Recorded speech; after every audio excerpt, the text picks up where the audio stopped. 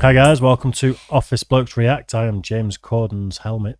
I'm Office Bloke Mike. Office Bloke Dance. Collectively really Office Corden's Bloke. helmet. I know, but like That's not a good thing to be. I know. It's good effort, Dave, but Yeah, can you not smell me? No, that's we kind of had a little in-joke off camera, and I tried to incorporate it into the intro, and it just didn't work. yeah. So without the context, I'm now James Corden's dick. Yep, correct. I'm too big to be James Corden's dick. Right then, the top 10 worst James Corden moments. I imagine there's quite a few of these. There's got to be lots of them. He's definitely got the, do you know who I am? Sort of like Big attitude. time. Yeah, he just seems to go really downhill, doesn't he, this year? He's had a load of issues, I think, hasn't he, with his, just with his personality, I think. Attitude. Yeah. Attitude. We reacted to something that he was in ages ago. It might have been carpool karaoke or something. And I remember us saying, he's supposed to be a bit of a dick. And loads of people in the comment section saying, no, he seems like a great guy. It's the David Beckham statue. The David Beckham statue thing. And then obviously now it's coming out that He's a dick. he is a dick. Yeah. And it's like we can kind of, I think we can sense when someone, one of our lot, someone from the UK is being fake and putting it on. And I think that's been his problem. Is The test of time with him, for me, is when if he does come back to the UK, which he keeps mooting, is when he goes to West Ham's ground. I don't know what you call it now. I was going to call it Upton Park. No, it's called the Olympic Stadium. Olympic or something. Stadium or The London Stadium. Is it something? So when he goes there, if they accept him as a West Ham fan and there's someone there and they're all right with him, then he'd kind of be accepted a little bit more on a grander scale. If West Ham fans think he's a bell end, then he's going to be in trouble. Yeah, I agree with that. Yeah, I think that's fair. Because there's a great group of people, the West Ham fans. Yeah. So they're down to earth. I think there's always been a suspicion with him, even before he went to the US, that he could have been along them lines, like being too big for his boots. Yeah. But Yeah, I big think time. it's just been coming out last year or two that it's just the proof's there now, isn't it? It's just Well, there for all to see, really. Legitimately word for word stealing a joke from Ricky Gervais as well. Yeah, bad that. Doesn't help, does it? I think one of his writers has thrown him under the bus with that.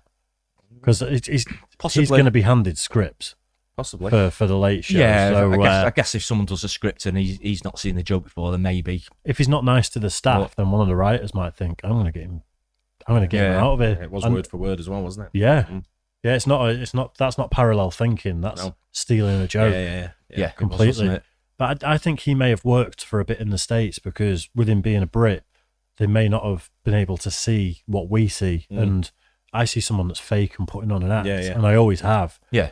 But maybe with the accent and him being a bit different, people didn't realise I think that absolutely right. It's harder to see. I think with an American coming over here, if they were fake, it'd probably be more difficult for us to see. Yeah. With maybe because of a different accent and different sort of thinking, different mannerisms and I think cultural so, differences and stuff. But in the end, truth be out, in the end, Do we have any American talk show hosts? Or Over here, yeah.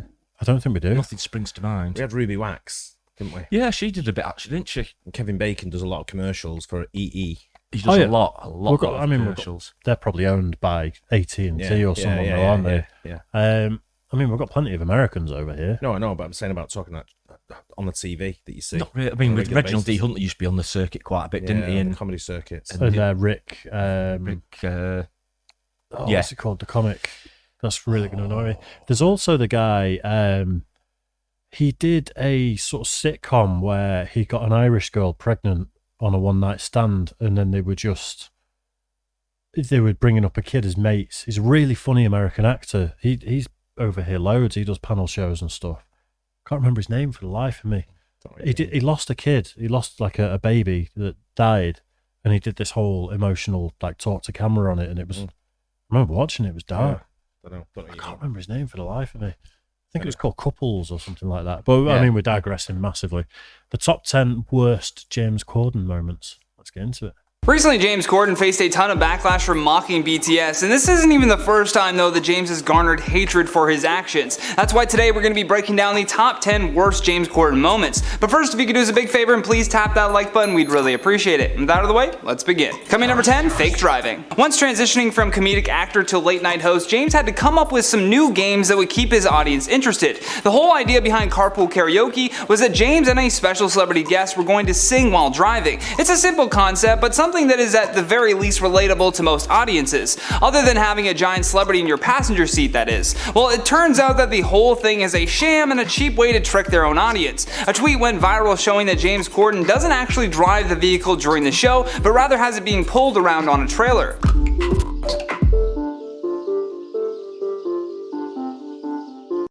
We've reacted to someone talking about this. Yeah, before. we have, yeah. I'm not fully against that because it's about the personalities in the car, the singing. Yeah. It doesn't make a difference to what you me mean. if he's actually turning the wheel or not. I don't really care. Yeah, I know what you mean. I think they sort of said in the end that they reckon that they only did this on two or three or couple of occasions, on a handful of occasions for certain reasons, for certain shots or something. But they reckon that they didn't do it like this all the time. I reckon they probably did it quite a lot. I think it's probably because they're trying to make out that they're absolutely 100% driving all the time. I think that's why people sort of go against it a bit, isn't it? I think it was Corden that said they'd only done it on a couple of them. So yeah, believe what you will. Yeah. But there may have been some health and safety clipboard wanker involved there that said you're not allowed to. Possibly could. Look at me for. He said he mentioned you. He said your name, your call sign. I suppose though, with programs like Top Gear being so well established in the Grand Tour, they do pieces to camera all the time when they're actually driving cars. Yeah. So there is a precedent set that you drive your vehicle while you're doing it. I don't know.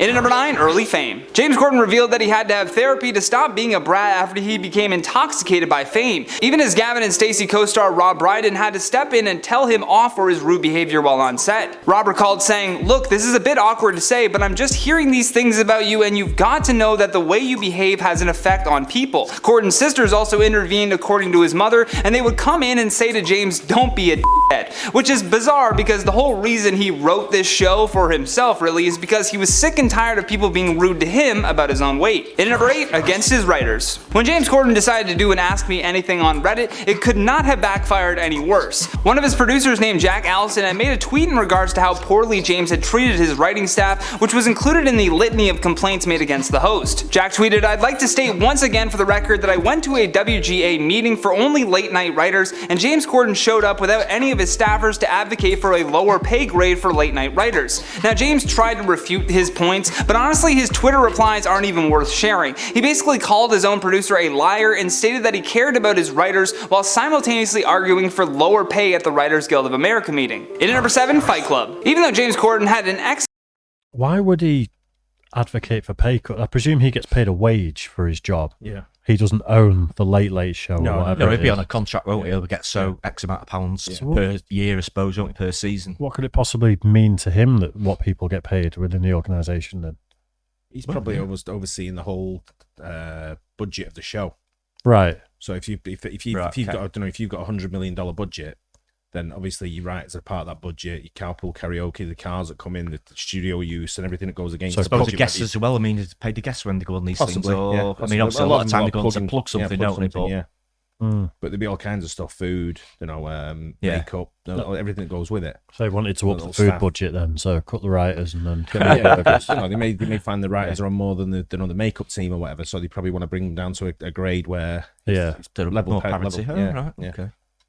excellent opportunity to chat with Edward Norton, he ruined that chance by trying to do some weak comedic version of Fight Club, using his own writing staff. Right from the start you can tell that Ed doesn't want any part of this, and why would he? Fight Club was a great film, but it's one of the many that the actor had been a part of. Plus he was just really there to try to promote a new movie, so why waste time on something like this? Although James still isn't getting it until Norton tells him that there are better ways of expressing masculinity. All the guy wanted to do was talk about his film Motherless Brooklyn, which he not only starred in but also directed and wrote, but no, James just wanted a stupid Fight Club parody sketch. In at number 6, unrelatable. James Corden decided it was his duty to stand up for every overweight person in the world and defending their right to eat when Bill Maher said that we should bring back fat shaming. Judging by the way Corden responded to this clip, you would think that Bill called him out specifically. He didn't though. James is just that easily offended and has a bigger platform to cry on. The point Bill was trying to make was a comedic one that just missed the mark, but he was emphasizing that America needed to bring back shame. James tried to make this his champion moment of being the king of all that is good in this world, but started to lose people when he continuously made it about himself. He kept saying, "This hurt me because I wanted to be in movie roles but was too out of shape." His remarks hurt me because I was never accepted by society, but there he is sitting behind a late night show desk, no problem. Also, in my humble opinion,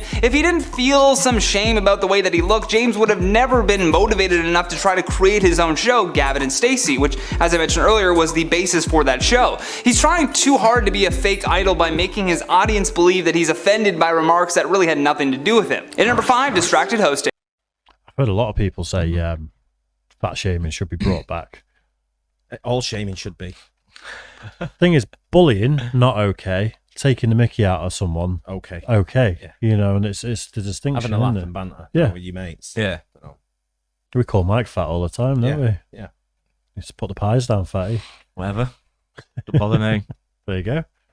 While hosting the Glamour Woman of the Year Awards, James got himself into a now infamous argument with Patrick Stewart. Apparently, while hosting, he looked completely disinterested, and many felt that he gave off an attitude like he was better than the event. Plus, while recipients were accepting their awards, there was James just standing off to the side texting during a live awards show. So when Patrick Stewart came on stage, he decided to confront James over his rude behavior, but because some people hadn't noticed what James was doing, Patrick seemed to be the rude one in this interaction. Although in retrospect, he was a hero ahead of his time. Take a look at this awkward exchange and keep in mind that this was 10 years ago. Right, go on. No, seriously, go on. Okay. No, go on. You can see my belly, and we can all see you dying right now. Let's go for it. Here we go. Patrick was simply trying to tell James not to text while people are accepting their awards, and instead of apologizing, he got in Patrick Stewart's face. Like, what was he gonna do? Fight him? Because he asked you to have some common sense? This was a strange one for sure. In number 4, political wedding. While filming a segment on his show called Fill Your Guts, James was asked a very specific question about what happened when he saw Ivanka Trump at a wedding. James admitted that he was very drunk and continuously harassed the president's daughter at this wedding. He repeatedly told her that she needs to do something, which isn't exactly the place nor the time. Plus, who does James Corden think he is? He wasn't born in America. He came there to make more money, so why does he feel the entitlement to trash the country that accepted him? Plus, harassing the president's daughter while at a wedding is perhaps the biggest indicator that James has no self-awareness. In number 3, shameful behavior. Right around Bit of a weird one, that. Yeah. He sound. Do you know what? Even with the Patrick Stewart one, I think he looks to me like he'd had a few too many beers, and he obviously don't know how to behave once he's had It's possible, isn't it? once he's had a couple of beers. Yeah. Can't handle it. Go and get the door, Mike. It's my camera. Yeah. Oh, it's unlikely, Dave. But he just seems to be like his ego just seems to have hold of everything, and it's just trying. And he can't accept that. Just be a normal person, man. Yeah. You know, just be an everyday person. It's like he tends to think that he's got there with him being overweight and that everyone's still against him and like people are trying to have a go at him still all the time. Whereas, like I said, he's got a talk show there on US telly, haven't they? Primetime television. Yeah. So people aren't, clearly, are they? So You look at people like Seth Rogen. He's been overweight most of his career, and he's had a great career as an actor. yeah. So's Jonah Hill. There's loads. He's not the only overweight person in the world. He's and probably that's something he's kinda what he's self-conscious behaving about. like. It's like he's trying to blame other people for it and trying to have a go at other people about it. He's trying to stay relevant and be in the news, and people talk about him, and because he pushes his ego up and makes him feel a little bit better about himself. And look at me, look how important I am. I'm on the front page of the newspaper. I'm on the front page of all the web search engines. But he's a bellend. That bit with Patrick Stewart, I mean, we've seen that bit before. I was lamped him. I would have just putted him or something. Bang, He right got close to me like bridge that. of his nose, like Yeah. that. Boom. See ya. Yeah. That's very much. I mean, I think we may have said this on the last one though. It's a small podium with microphones, and you've got to talk to the crowd. You do have to be awkwardly close to the person, Yeah, but but the way he still, was his doing his it, body language and he stuff. was side on, he was right up to him leaning like in that. his face. Yeah. That's a Wouldn't have no-no, that. isn't it? No chance. Should have tased him. Around the same time that people like Rose McGowan and other accusers started stepping up and calling out Harvey Weinstein, James thought it would be fun to just joke about it. Due to James Corden being a comedic actor and not a stand-up comedian, his jokes had absolutely no legs or timing. As a result, the audience mostly groaned uncomfortably about the extremely graphic and too soon material that was clearly not well suited for a charity event. After the immense backlash, James tweeted, "To be clear, SA is no laughing matter. I was not trying to make light of Harvey's inexcusable behavior," adding, "But to shame him, the not his victims. I am truly sorry for anyone offended. That was never my intention." Oh, so now shaming is okay just as long as it's not happening to you. Got it.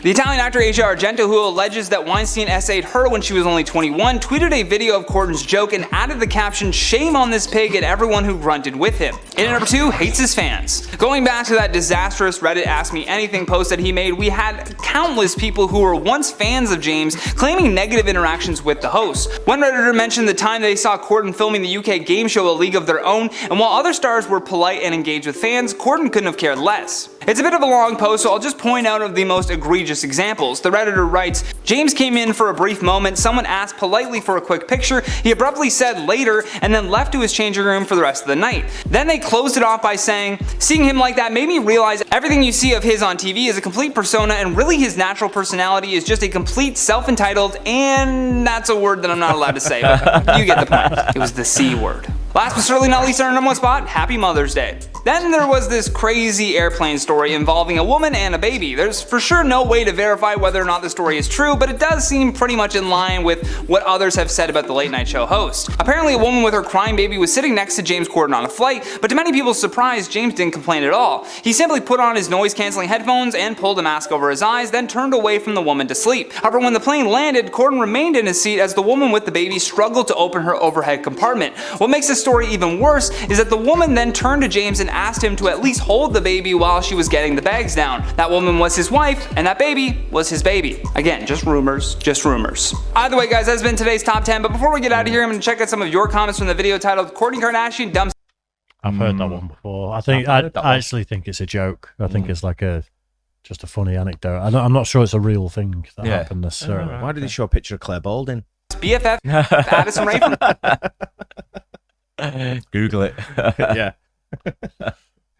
Him and Claire Balding separating at birth. Yeah, just a bit, yeah. Yeah, he's really getting some stick this year, isn't he? It's He really is. Gosh, a lot.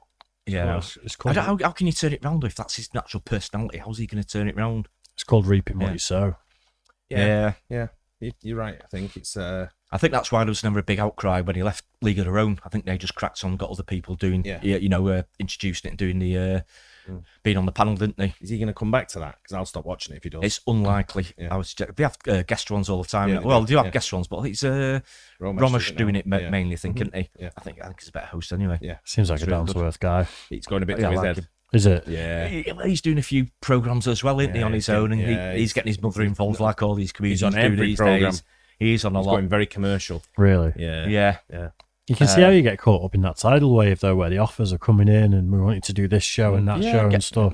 Get that, yeah. I mean, Freddie's been along a bit of the same, hasn't he? Is he leaving, actually? He's gone. Yeah, he's gone. I think he's gone, not hasn't he? doing it. So, yeah, but it's shame. I don't think he'll be mass accepted coming back here. But that being said, Piers Morgan is on a similar level to James Corden. I think James Corden's the new Piers Morgan. Piers Morgan's kind of gone away a little bit on the mainstream. Piers Morgan's got 8 million followers on Yeah. Twitter, and like he's on a TV network. Is he on Sky News? GB or News. something? GB News. GB News. Yeah. Still gets millions of followers, I don't know how millions many of people views. watch GB News. He does. don't. He's done some interviews on YouTube with quite high-profile people, Yeah. and he gets a lot of views. So he may not be universally liked, but there may be an audience for everyone. I think his Piers Morgan. personality. I think his Piers Morgan over him, over Corden. Yeah, I would. but Piers Morgan's personality, you can see it.